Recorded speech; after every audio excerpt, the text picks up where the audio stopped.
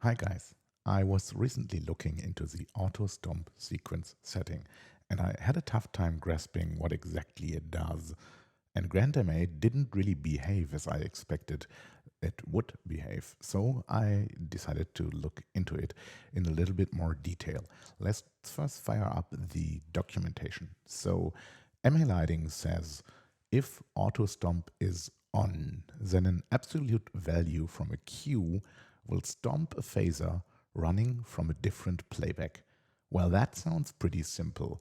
So what I've done here is this is really a super basic setup. So I've got like 20 megapointers added to my stage here, and I've created 3 basic queues and stored them into 3 different sequences.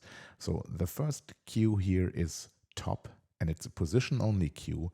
It puts all the megapointers into a top position using absolute values. Then I've created an absolute circle, and this is a queue containing a phaser which runs them in a circle formation, again using absolute position values. And I've created the exact same circle, but this time using relative values. And that's it. So let's start. We clear out, we select all megapointers and bring them to full. And now we run the top position queue. So this has moved our megapointers up into the roof using absolute values. Now the next thing we do is we run the absolute circle queue on top of that. And what you've seen is it has offed the other queue. So when I pull this back down, I'm no longer in the top position. So let's first change that setting. We go into the sequence settings for the top sequence. And here you can see there's a setting which is labeled off when overridden, and that's exactly what we've seen. The circle queue has overridden this one, and so it has been offed. But I don't want that. I switched this setting off. So this time we put it into the top position. We put the absolute circle on top, and it runs an absolute circle, but this time you can see the top queue is still running in the background, even though it has been overridden. So when I pull this back down, I'm back in the off position. Yeah, all is exactly as expected. So circle, we have a top position, and when I pull this back down, we can see that the circle continues. And that is exactly what I expected. So now what I want to do is I want to make use of Auto Stomp. So I want the top queue here to stop the phaser in this circle queue, because it overrides with absolute values the position attributes. And that is what the documentation says. So I go into the sequence settings of the top queue again and activate Auto Stomp.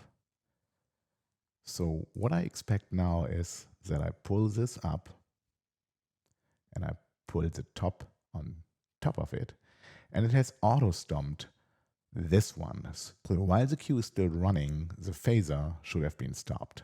And I pull this back down and ta-da, doesn't work. So I didn't know what's going on, and I was really confused playing with all of the settings until I didn't even remember their defaults. So it turns out that the auto stomp setting is just relevant if you use relative values. It doesn't work with absolute values. And if you think about it twice, it actually makes pretty much sense. But I think MA Lighting could do us all a favor and be more precise, a little bit more descriptive in their documentation. So we already know that Auto Stomp doesn't seem to have any impact if we work with absolute values in phasers. Now let's look what happens if we use relative values. And a little bit of a warning here, it can get quite confusing, and I really think that MA Lighting should be way more descriptive and way more precise in their documentation, because for us to finding all of this out is probably a little bit of tedious work. So first things first, what I have done, I have reset the sequence settings to their defaults. So we take a brief look into the top sequence settings here, and I've switched off Auto Stomp, and off when overridden is on by default. And if we take a look into the relative circle sequence settings, Auto Stomp is off, and off when overridden is active. So we pick our mega pointies, we bring them to full, and we execute the relative circle queue. Well, that's fine. Now on top of that, we run our absolute top position queue, and it is what we expect.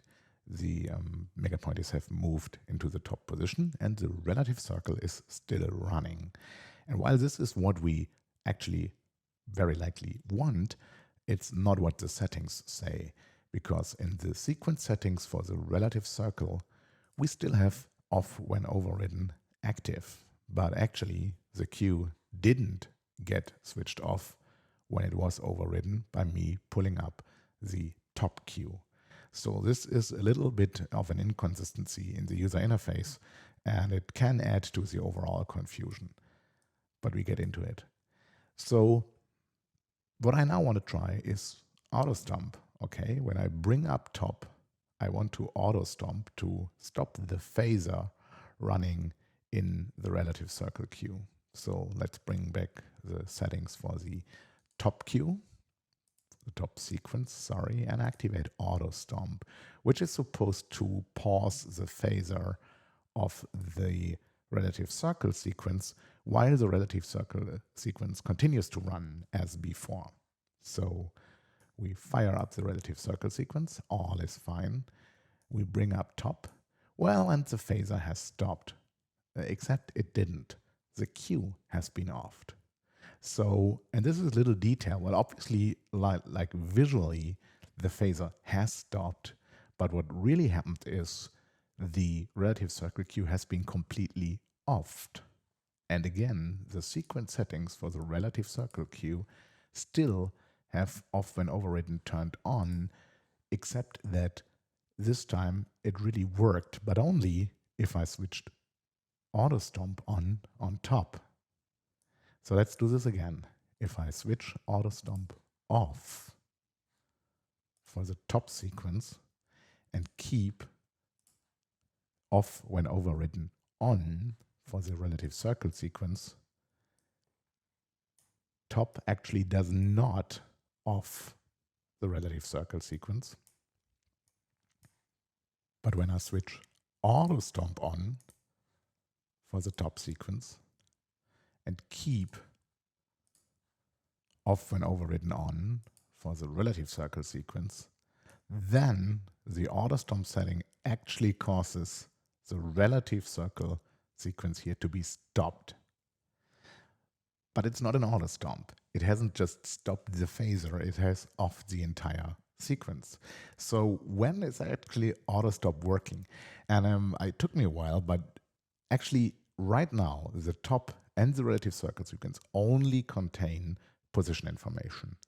And I found out that if you add another attribute to this relative circle sequence here, then we actually will see Auto Stomp working as it has been written in the documentation. So let's quickly do this. What I do is I pick the mega pointers here, and we actually go to color, and I bring up the red here, and I haven't pulled them up because I didn't want to put another dimmer attribute in here. So now I've activated red, the color attribute for the mega pointers, and we store merge it into the relative circle. So we merge it and clear this out. So now our relative circle sequence and the Q1, the only Q in it, in addition to just holding position, relative position values, it also holds an absolute color value. So let's see this in action. We bring up our mega pointies, we pull up our relative circle sequence, and we see it's now circling in red. And now I put top on, and now we see Auto Stomp in action. Auto Stomp hasn't offed the relative circle queue, it has actually stopped the phaser, but the red we are seeing is still coming from the relative circle queue. So when I pull this back down, the phaser continues to run in red.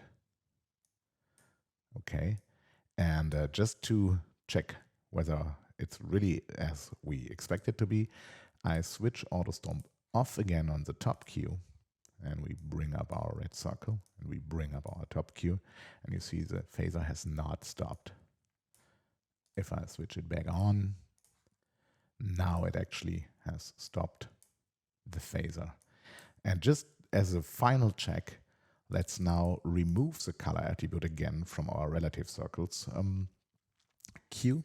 So how do we do it? We select all mega pointers, and for the color attribute, we actually pick remove, and just to be 100% secure, let's add it to all channels. So, and we store, merge it back into here. That'll remove the color attribute. So relative circle will now only contain position values. And let's clear out, bring up all mega pointers, run this one,